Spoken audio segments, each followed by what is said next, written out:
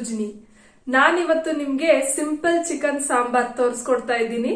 ನಾನಿಲ್ಲಿ ಮಸಾಲೆ ರುಬ್ಕೊಳ್ಳೋದಿಕ್ಕೆ ಎಲ್ಲಾ ಇಂಗ್ರೀಡಿಯೆಂಟ್ಸ್ ಫ್ರೈ ಮಾಡ್ಕೊಂತ ಇದ್ದೀನಿ. ಸ್ಟವ್ ಹಚ್ಚಿ ಬಾಂಡ್ಲಿಗೆ 3 ಸ್ಪೂನ್ ಎಣ್ಣೆ ಹಾಕಿ, ಈರುಳ್ಳಿ 1, ಬೆಳ್ಳುಳ್ಳಿ 6 ಪೀಸ್ ತಗೊಂಡಿದ್ದೀನಿ. 1 ಇಂಚು ಶುಂಠಿ ಜಜ್ಜಿ ಹಾಕೊಂತ ಇದ್ದೀನಿ.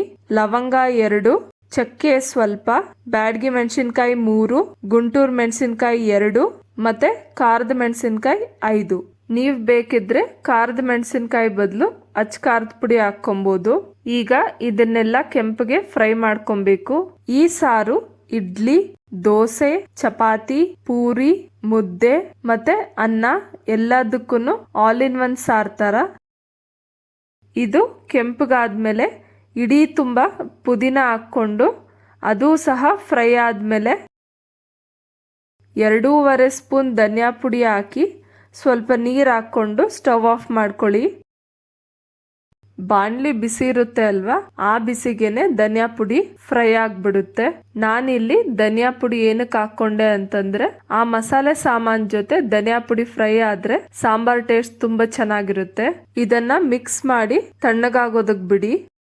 ಈಗ ಜಾರ್ಗೆ ಕೊಬ್ಬರಿ ಸ್ವಲ್ಪ, ಅರ್ಶಿಣ ಪುಡಿ ಸ್ವಲ್ಪ ಮತ್ತೆ ಫ್ರೈ ಮಾಡ್ಕೊಂಡಿರೋ ಮಸಾಲೆ ಹಾಕೊಂಡು ಸ್ವಲ್ಪ ಸ್ವಲ್ಪನೇ ನೀರ್ ಹಾಕಿ ನುಣ್ಣಗೆ ರುಬ್ಕೊಬೇಕು. ಈ ರೀತಿ ರುಬ್ಕೊಂಡಾದ್ಮೇಲೆ ಚಿಕ್ಕದೊಂದು ಟೊಮೆಟೊ ಹಾಕಿ ಕೊತ್ತಂಬರಿ ಸೊಪ್ಪು ಸ್ವಲ್ಪ ಹಾಕೊಂಡು ರುಬ್ಕೊಬೇಕು.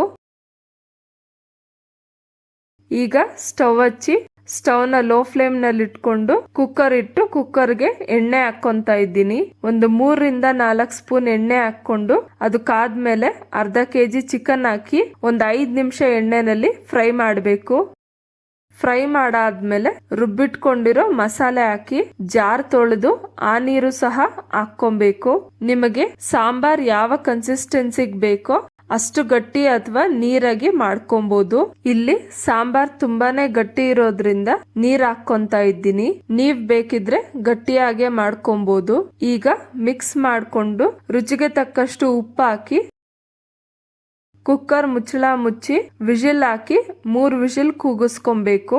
3 ವಿಜಿಲ್ ಕೂಗಿಸ್ಮೇಲೆ ಸ್ಟವ್ ಆಫ್ ಮಾಡಿ ಪ್ರೆಷರ್ ಎಲ್ಲ ಹೋದ್ಮೇಲೆ ಕುಕ್ಕರ್ ಲಿಡ್ ಓಪನ್ ಮಾಡಿ. ಈ ಚಿಕನ್ ಸಾರು ಸ್ವಲ್ಪ ಗಟ್ಟಿ ಇದ್ರೇನೆ ಚೆನ್ನಾಗಿರೋದು. ಒಂದ್ ವೇಳೆ ಸಾರು ಏನಾದ್ರೂ ನೀರಿದ್ರೆ ಕುದಿಸ್ಕೊಳ್ಳಿ, ಇಲ್ಲ ಅಂತಂದ್ರೆ ಕುದಿಸ್ಕೊಳಕ್ ಏನು ಹೋಗ್ಬೇಡಿ. ಈಗ ಸಿಂಪಲ್ ಚಿಕನ್ ಸಾಂಬಾರ್ ರೆಡಿ ಆಗಿದೆ.